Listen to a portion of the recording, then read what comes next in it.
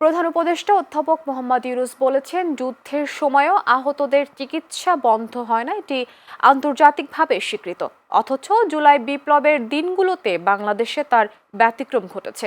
আন্দোলনের সময় চিকিৎসকদের উপর হামলা ও হুমকি চলেছে।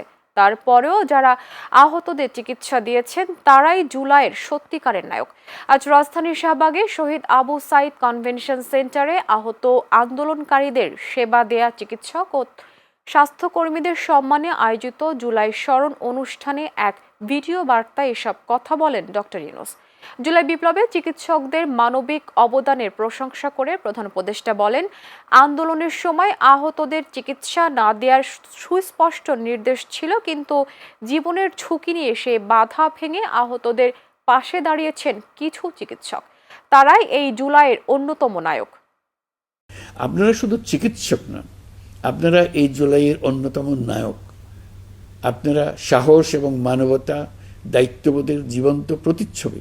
এই দুঃসময়ে আপনারা যে সেবা দিয়েছেন তা আমরা কোনোদিন ভুলব না। আমি আশা করব আজকের আয়োজন থেকে নির্ভীক ও সাহসী ডাক্তার ও স্বাস্থ্যকর্মীদের গল্পগুলো উঠে আসবে, এদেশের সকল মানুষকে অনুপ্রেরণা যোগাবে।